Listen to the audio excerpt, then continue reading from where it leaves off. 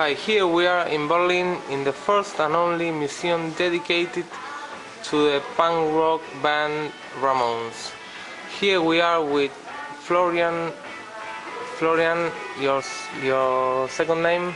Florian Heiler. Florian Heiler. Herzlich willkommen. But he wants me to call him only Flo. It's okay? Flo.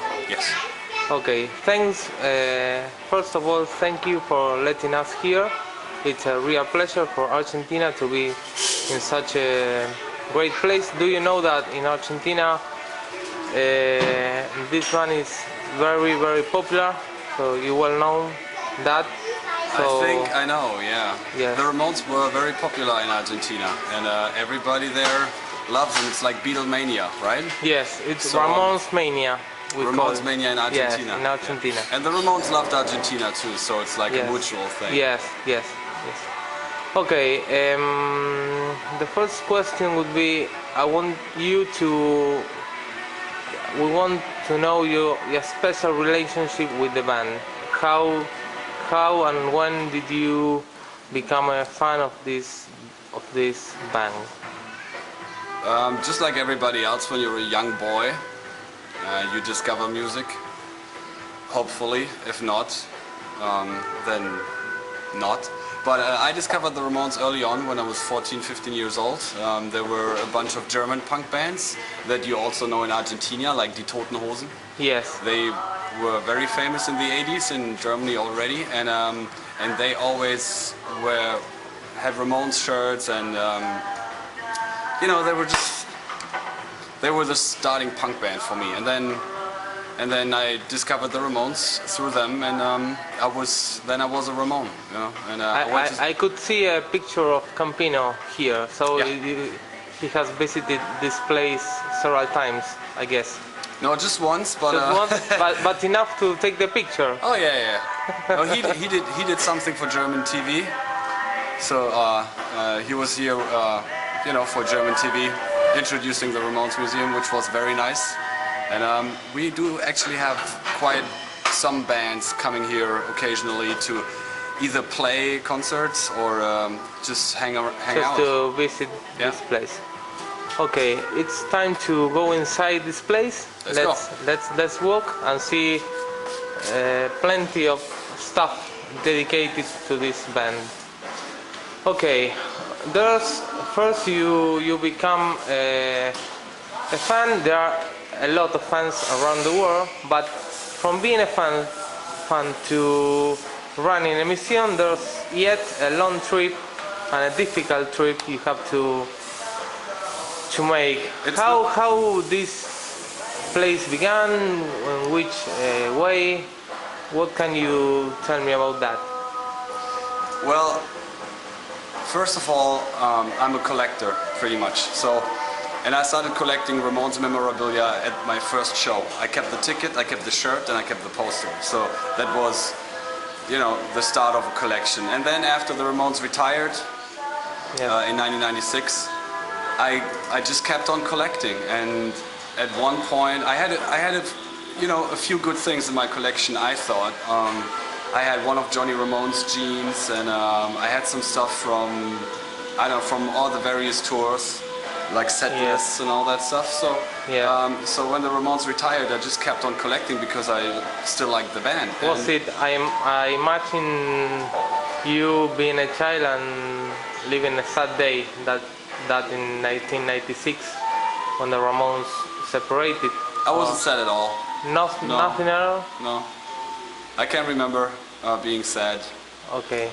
I think I saw them so many times that it was okay for them to stop. I mean, you could see they still did a great job, but it just wasn't. You've got when a band separates, you've got the feeling of release if you have seen them before. If you hadn't seen, it's different.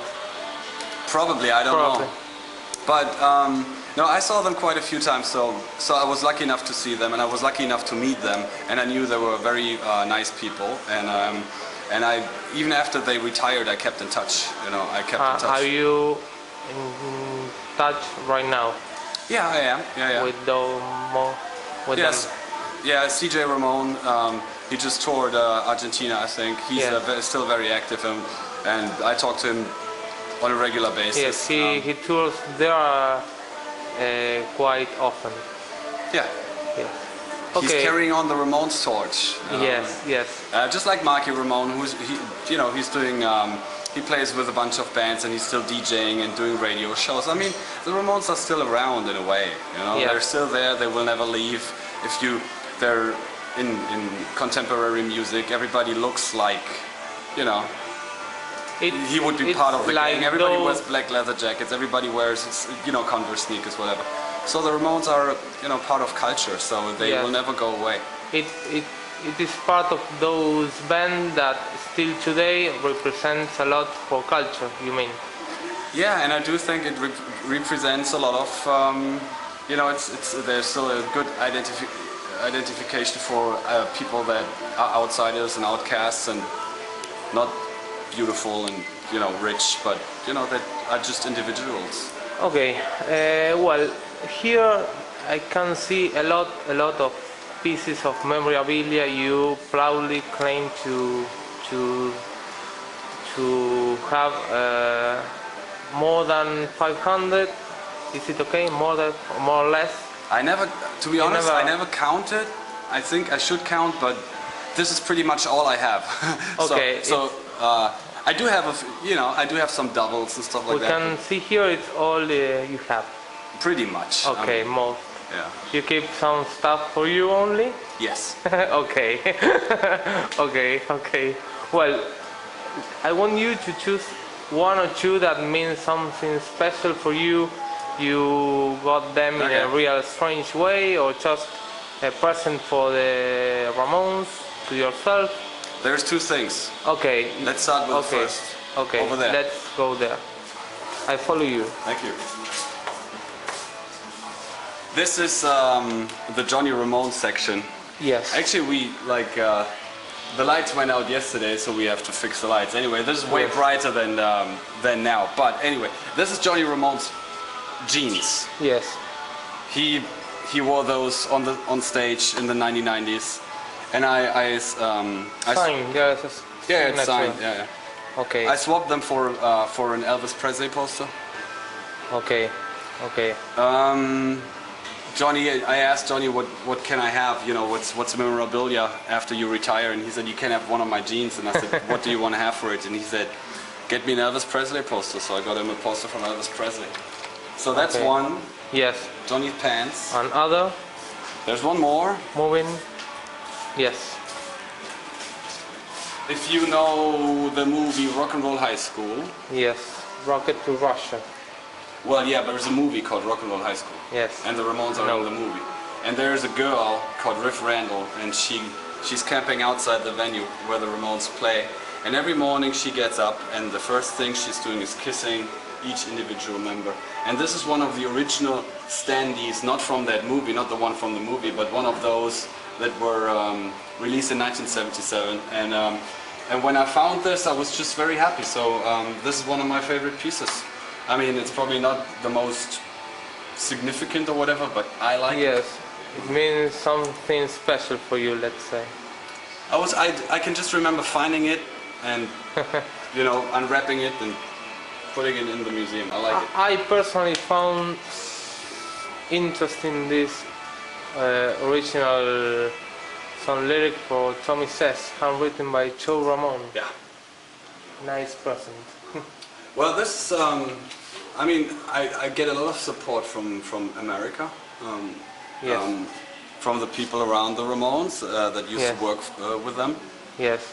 And this is actually from the collection of Arturo Vega, who designed the famous Ramones logo.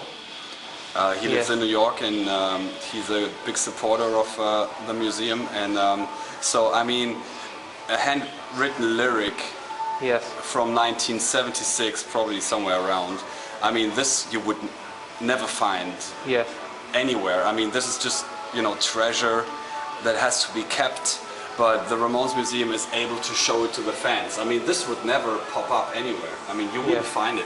It would be, you know, in boxes. And so I'm really happy that Arturo gave this thing to us to show to the fans. Okay, okay. Well, it's really very interesting to visit this place, and I really would like to thank you for Thank you. this. And sorry about the game. You know, sorry for winning. Okay, okay. But Yeah. we love Argentina. You Okay. know, and we love Diego. So You love Diego. yeah. So you know, just keep on working, and in 4 years, you know, you're gonna beat us. Revanche in 4 years, you say. Yeah, in 2014, you're gonna. Okay. You know, it's gonna be Argentina against Germany, and you guys gonna win. Okay. Thank you. Bye bye. Thank you. Take care.